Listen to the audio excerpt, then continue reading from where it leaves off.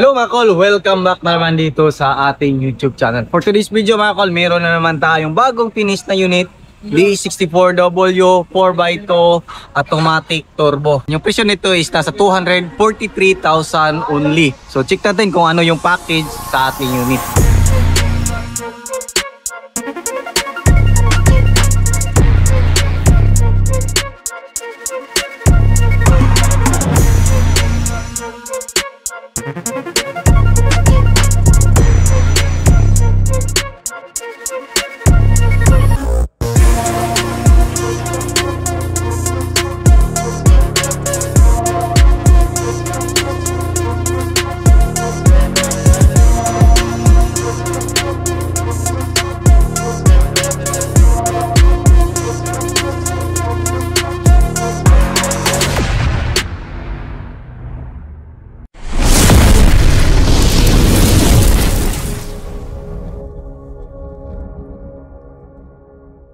So, ayan, makita natin yung ating unit. So, yung kulay is Raptor Gray. So, makita natin black yung itaas, then yung ibaba is gray. Then, stock yung ating headlight. Then, yung ating fog lamp is nag-request yung ating client na palagyan ng fog lamp. So, yan yung combination, napakaganda. Ayan, so napakagintab yung mga ganitong kulay.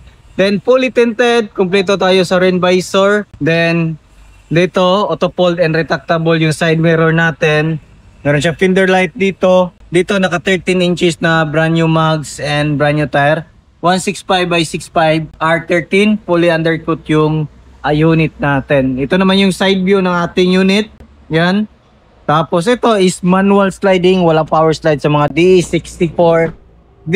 So makita natin. Dito is naka brake drum, coil spring, fully undercoat yung ating pangilalim. Then dito naman, ito yung back view or view sa likuran ng ating unit. So ito yung back glass. Then kinulay natin ng black dito diretso sa harap para mas maangas. Then dito naglagay tayo ng plate holder para hindi mabin yung plaka natin. Meron siyang reverse camera. Ito yung tail light natin. Ayan, makita natin yung tail light natin. Is stock lang siya. Then makita natin dito sa loob. Pasok tayo dito sa loob. Makita natin dito mga kolis, naglagay tayo ng third set. So magkabilaan yan. So at the same time, pwede natin gawing storage box yan. Tapos dito rin sa kabila, yun. Tapos makita natin, brand new matting tayo mga kol. Brand new yung ceiling natin, black felt. Dito, yung ilaw natin, goods. So dito naman, manual sliding, captain seat, headrest, armrest with cup holder. Then power window yung ating sliding. So makita din natin dito is naka brand new matting. Then ito makita natin plastic cover dito. Tapos yun, jack. Then meron siyang lagayan ng tie range. So lagyan natin yan ng tie range mamaya. Yan, baka makalimutan. So open lang natin. Tapos dito, yan. So all power, power window, power mirror. Power window yung harap natin at saka likuran. Yan, functional. Then sa kabila, yun. Goods lahat. Tapos auto fold, goods. Magkabilaan. Ayan. Tapos retract. Yan, sa kabila. So functional lahat. Then makita natin dito steering wheel. So nilagyan natin ng cover. Meron tayong digital temperature gauge na nilagay dito. Tapos yan, stock dito. Ilaw, goods, sun visor kompleto. Then ito yung ating headrest. Kompleto. Armrest with cup holder. Meron tayong extra lagayan dito. Yan yung sit up. Glove box. Yan. So makita natin dito aircon switch, hazard switch. Then is naka 7 inches touchscreen stereo with reverse camera na yan mga kol. Yun. So start natin yung makina natin. So ito yung parking brake pedal natin. Brake pedal din yung ating accelerator pedal. So start natin. Ayan. So cold start. So first andar, makita natin yung ating color green dyan. Ibig sabihin is naka cold start pa yan. So ayan, makita natin yung ECT natin dito. Ayan. Tapos ito stereo. So double check pa natin. Ito is double check natin. Hindi siya umilaw. Ayan dyan na. So goods. So goods na yung ating stereo. So dito naman yung digital temperature gauge natin. Subukan natin. Sleepin natin yan mamaya. So turn on natin yung aircon natin. Yung goods ba? Yan.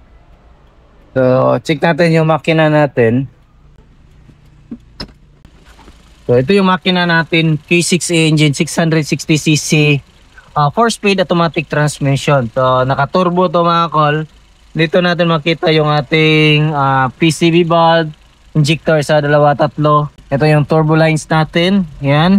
So ito yung ating oxygen sensor, 2, spark plug and ignition coil. Dito tayo mag-refill ng ating oil. So yung oil na gamit natin is yung ating prime lobe. Lubricants, dinisign siya para sa weather sa Pilipinas. So napaganda ng oil na yan mga kol. Yan yung laging gamit natin dito sa shop natin. So dito naman, silipin natin. Sa kabilang side, yun. Gas tank opener, goods. Tapos ito. So makita natin dito mga kol yung throttle body natin. Ito yung mga map sensor sa latest model na E64 variant. Then makita natin yung ating map sensor.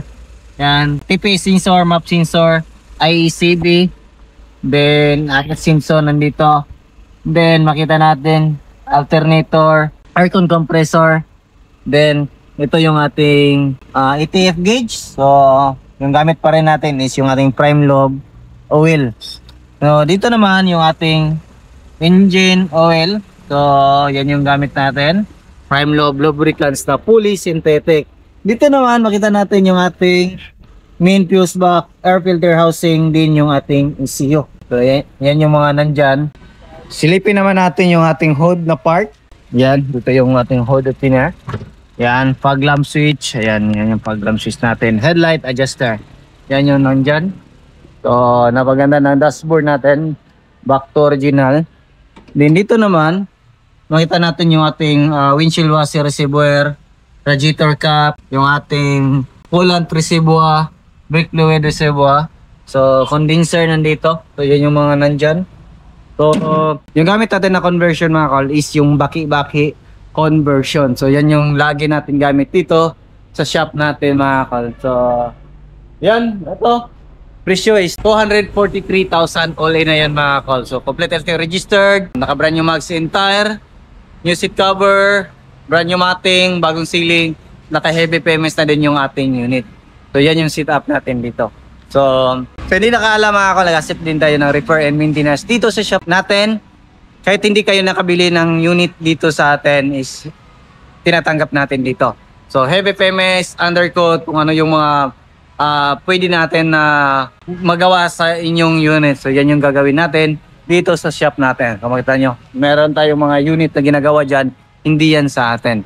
So makita din natin dito mga kol, meron din tayong available dito na mags and tire. So makita natin yan na yung available natin dito. So meron tayong 14 and 15 inches. So ito yung available natin ngayon. Kinto tire 165/60 R14. Duratorn 165/60 R14. A+, 155 R12. Then meron tayong Joyride na 165/65 R13. So meron din tayong pang-Avanza na 185/65 R15. So yan yung mga available na produkto natin dito. Then meron din tayong mga parts and accessories para sa inyong mga minivan mga kol. Overland setup, pwede din dito mga kol. So yan lang siguro yung ating vlog for today. Maraming salamat sa inyong patuloy na pagsubaybay. Sa bago lang sa ating channel, don't forget to like, share, and subscribe. And click na rin yung notification bell para updated kayo sa ating mga next video uploads. Kaya ito. Ingat po mga kol and bye-bye. God bless po sa ating.